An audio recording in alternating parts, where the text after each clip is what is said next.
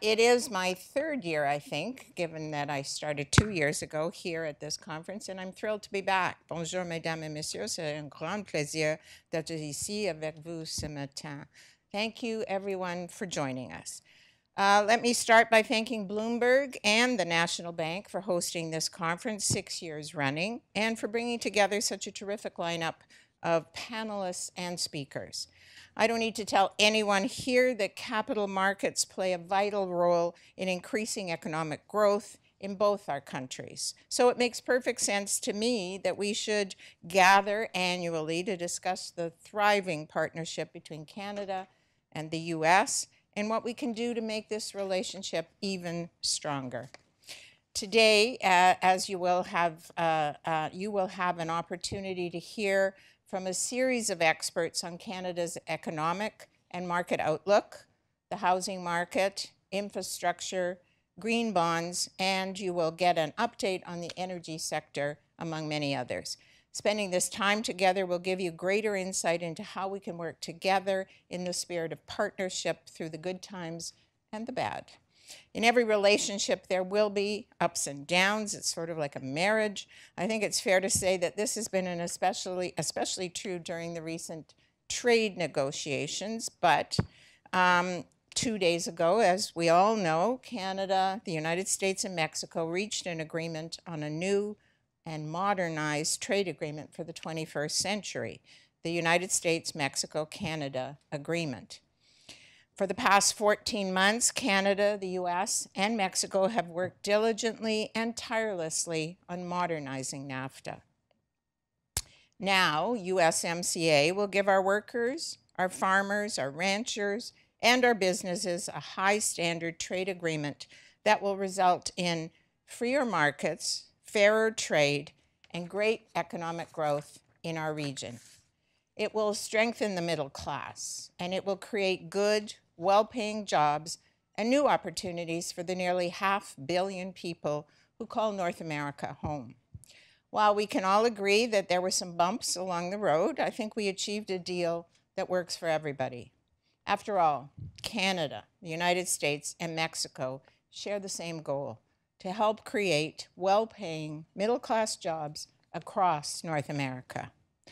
Now, I'd like to take a little bit of time to talk about how Canada's economy is doing. Canada's economic policy has been aimed at addressing inequality and uncertainty. To help solve these issues, we are growing the middle class. We have lowered middle class taxes, and yes, we even raised them on the top 1% because we know that if the majority are better off, everyone wins. We reformed child benefit and pension policy so that we could make life more affordable for middle-class Canadians and to give workers a more secure future for themselves and their families. We remain fully committed to free trade, and not just in North America. This year, for example, marks the first anniversary since we signed the historic Canada-European Union Comprehensive Economic and Trade Agreement, which some of you know as CETA. This landmark agreement has set new standards in the trade in goods and services, non-tariff barriers, investment, government procurement, and in other areas like labor and environment. CETA has also opened up new markets in the EU for our exporters and will generate significant benefits for all Canadians. We've also maintained and enhanced our commitment to immigration in the face of one of our biggest challenges, demographic change, because we all know that the diversity we have in Canada makes us stronger and gives our economic might and a tremendous competitive advantage. We address the issue of climate change by committing to put a price on pollution. We showed that unleashing the power of market incentives will help reduce our carbon footprint. This was and is our agenda for Canadians, and it has delivered results. Last year, we had the strongest growth in the G7, and our 2018 growth is coming in at or above forecasts. Our unemployment rate is near its lowest level in the past 40 years, and that's when we started keeping records. Wage growth has accelerated to its fastest pace in a decade. People are starting to feel that our broader economic growth is working for them and their families. Consumer confidence is near historic highs. Business investment is growing at its fastest pace in 6 years, and business confidence is at solid levels. And that was before NAFTA. And the Bank of Canada continues to signal that inflation is at or near target. Canada has the lowest net debt to GDP ratio in the G7 and a AAA credit rating with stable outlooks from S&P, Moody's, and Fitch, and low, stable, and predictable inflation. And that's not all we have going for us. The United Nations consistently ranks Canada as one of the best places in the world to live. The quality of education and living standards in Canada are amongst the highest in the world. In fact, many of our universities, including the University of British Columbia, the University of Toronto, McGill, Université de Montréal, and McMaster, all ranked among the best universities in the world, according to the 2019 Times Higher Education World University Rankings. These world-class institutions continue to lead the world in many fields, including AI. The University of Toronto, the Université de Montréal, and McGill are just a few of our universities that are home to leading AI researchers. Many people may not realize this, but Canada has a history of pioneering innovation in the field of AI.